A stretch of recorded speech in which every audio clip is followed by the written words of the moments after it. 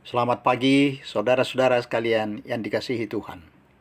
Selamat bertemu lagi dalam doa pagi tanggal 11 Agustus 2020. Kita merayakan Hari Kemerdekaan Indonesia dan pada pagi ini kita akan merenungkan benar-benar merdeka dari Yohanes 8 ayat 36. Tapi sebelumnya mari kita menyanyikan KJ 365B ayat yang kedua.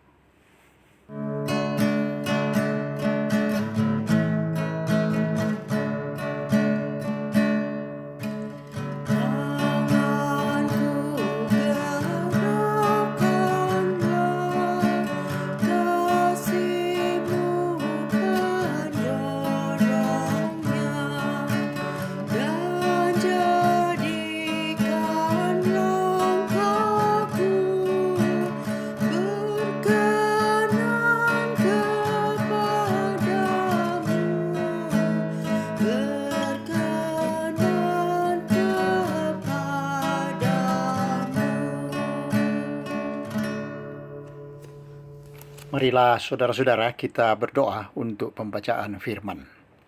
Ya Tuhan yang Maha Kasih, Bapa kami bersyukur karena Tuhan Yesus telah diutus ke dunia untuk memerdekakan kami. Dalam hari-hari perenungan tentang kemerdekaan bangsa kami, tolonglah dalam mendengar firman hari ini, sehingga kami dapat diperlengkapi untuk tampil dalam hidup yang merdeka, yang sungguh-sungguh merdeka. Kami mohon kasih-Mu. Amin. Saudara-saudara, kita akan membaca Yohanes 8 ayat 30 sampai 36 dengan nas 36. Jadi apabila anak itu memerdekakan kamu, kamu pun benar-benar merdeka. Saudara-saudara, orang Yahudi tidak senang mendengar ucapan Tuhan Yesus ini, bahwa mereka akan dimerdekakan oleh kebenaran. Mereka akan dimerdekakan oleh anak, yaitu Tuhan Yesus. Alasannya apa? Kami tidak pernah menjadi hamba siapapun. Kami orang merdeka. Mereka merasa merdeka karena mereka anak Abraham, keturunan Abraham. Mereka lupa bahwa mereka pernah menjadi hamba di Mesir, hamba di Babel, bahkan sekarang hamba orang Romawi, dijajah oleh orang Romawi. Inilah yang sangat lemah kalau manusia mendasarkan spiritualitas atau kerohaniannya pada keturunan darah daging. Karena orang tuanya orang beriman, maka anak-anaknya beriman. Karena orang tuanya orang benar, maka anak-anaknya pasti orang benar. Tidak selalu begitu. Ada orang tua yang cukup beriman, masyarakat dan gereja dilayani dengan prinsip-prinsip iman, tapi anak-anaknya tidak semua begitu. Karena itu Tuhan Yesus mengucapkan dalam ayat 39 dan 40, kalau Abraham mengerjakan kehendak Allah, mengapa kalian sedang merancang membunuh aku? Maka di dalam ayat 34 dikatakan orang yang berbuat dosa adalah hamba dosa. Sokrates, seorang filsuf, berkata, bagaimana kau dapat menyebut seseorang adalah merdeka jika dia diperintah oleh kesenangannya sendiri? Jadi orang yang hanya ingin berbuat yang menyenangkan hatinya, menyalurkan hasrat jiwanya, tidak memberi tempat sama sekali kepada hak orang lain, kebahagiaan masyarakat, tidak membawa kebahagiaan orang banyak, kemajuan bangsanya, ia adalah hamba dari keinginannya, hasratnya. Menjadi budak keinginannya. Dan kalau hasrat itu merupakan dosa, maka dosa itulah tuan besar dalam hidupnya yang dia tidak bisa lawan. Ia tidak mampu melakukan kehendak Allah karena ada di dalam kuasa dosa. Paulus pernah menderita sekali karena kesadaran itu. Dia bilang tidak ada yang baik di dalam diriku. Roma 7 ayat 18. Sehingga dia merasa manusia celaka. Siapakah yang dapat membebaskan saya dari tubuh maut ini? Ya. Tapi di dalam Roma 7 ayat 25 dia sangat bersyukur oleh karena Allah dalam Kristus memberikan kepadanya kemerdekaan itu. Syukur kepada Allah oleh Yesus Kristus Tuhan kita. Nah, ini pengalamannya yang nyata, bahwa di tengah ketidakmampuannya untuk melakukan kehendak Allah, untuk hidup merdeka, dia dibebaskan. Makanya Tuhan Yesus berkata dalam Yohanes 8 ayat 36, apabila anak itu memerdekakan kamu, kamu pun benar-benar merdeka, memperoleh kemerdekaan sejati. Sebagai bangsa, kita merayakan 75 tahun merdeka. Secara politis, kita tidak lagi di bawah penjajahan manapun. Bangsa Belanda tidak, orang Jepang tidak. Kita sudah merdeka. Tapi apakah kita sebagai warganya sudah merdeka sebagai bagian dari bangsa, hidup dalam kemerdekaan yang sungguh-sungguh merdeka? Tidak dikuasai oleh hasrat sendiri, ingin menang sendiri, bahagia sendiri dengan mengabaikan keperluan masyarakat, kebahagiaan masyarakat, hukum-hukum masyarakat. Selama kita hanya dikuasai oleh keinginan kita dan bukan keinginan Allah dalam masyarakat, kita belum benar-benar merdeka. Selama kita terikat kepada diri sendiri dan untuk memperoleh kebahagiaan sendiri, kita belum benar-benar merdeka. Merdeka yang benar-benar sejati adalah terikat kepada Allah dan keinginan-keinginannya, hukum-hukumnya.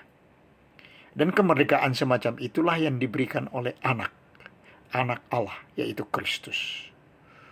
Mari kita tampil dengan percaya, menyerahkan diri kepada Allah, dan membawa hidup yang merdeka secara benar-benar merdeka. Kemerdekaan yang sejati. Amin. Marilah saudara-saudara kita berdoa. Ya Bapa kami yang penuh kasih setia, syukurlah Bapa telah mengutus anak Bapa Yesus Kristus ke dunia untuk melayani dan berkorban, supaya rencana dan kehendak-Mu terwujud di bumi seperti di sorga, yaitu memerdekakan kami sehingga benar-benar merdeka dari berbagai belenggu dan kuasa dosa, baik dosa yang muncul dari hasrat kami maupun dari hubungan-hubungan dalam masyarakat, atau muncul dari perjuangan kami yang penuh persaingan untuk mendapat kesempatan, jabatan, keuntungan-keuntungan. Tolonglah supaya kami tidak terjatuh lagi dalam belenggu-belenggu yang jahat. Kami menyukuri kemerdekaan bangsa kami dari penjajahan bangsa-bangsa lain yang dikaruniakan Tuhan 75 tahun yang lalu. Dan hari-hari ini dikenang dan dirayakan di kota-kota dan di desa-desa. Biarlah dalam acara dan upacara-upacara, masyarakat disemangati untuk membangun bersama, sehingga membawa semua warga ke dalam kemerdekaan yang benar-benar merdeka. Tolonglah kami sehingga keinginan dan hasrat kami untuk bekerja sama dalam persaudaraan, tolong-menolong, membuahkan hasil dan sukacita yang besar. Tidak ada yang ingin maju dan bahagia sendiri sampai melupakan kebahagiaan masyarakat, melupakan hukum-hukum, melupakan kebenaran, keadilan, kedamaian, dan persatuan. Sehingga bangsa dan negara Indonesia yang dikaruniakan ini semakin maju dalam melaksanakan pesan Tuhan, sehingga kehendak-Mu terjadi di bumi seperti di dalam sorga. Tolonglah dan kuatkanlah pemerintah Indonesia dari pusat sampai daerah-daerah, supaya berhasil menuntun dan melindungi masyarakat dalam perjuangan untuk semakin maju dalam kebenaran, keadilan, persatuan, dan kedamaian dalam segala bidang, baik kesehatan, ekonomi, maupun politik.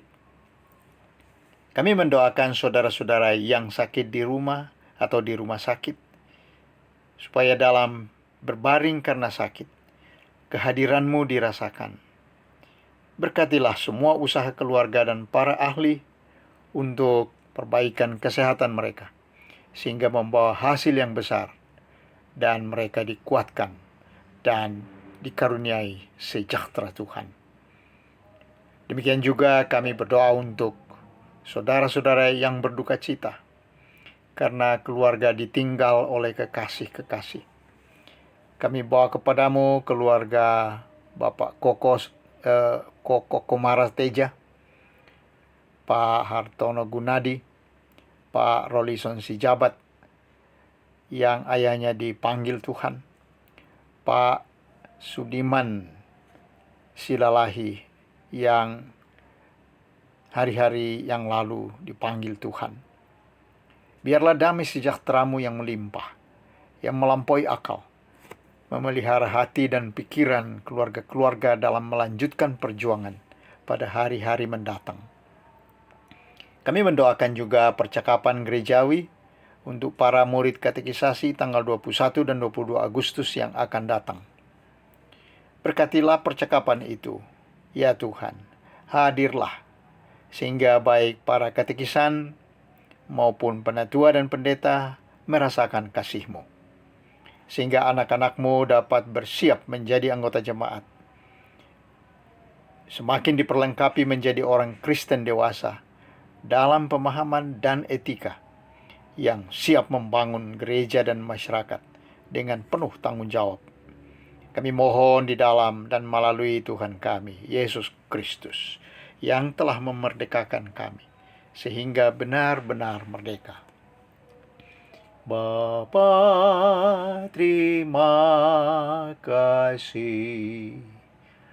Bapa, terima kasih. Bapa di dalam sorga, puji terima kasih. Amin. Marilah kita menutup doa pagi ini, saudara-saudara, dengan KJ 365B ayat 5. Kehendak-Mu sajalah dalam aku terjelma. Jadikanlah hatiku tahta kebesaran-Mu.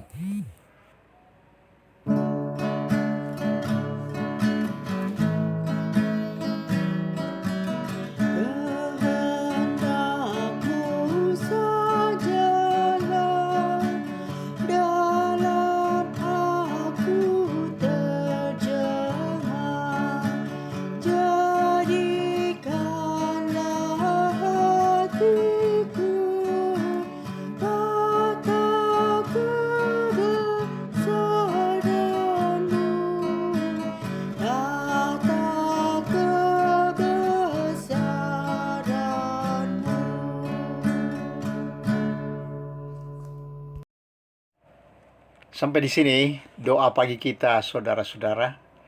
Selamat pagi dan selamat berkegiatan pada hari ini. Tuhan memberkati kita semua.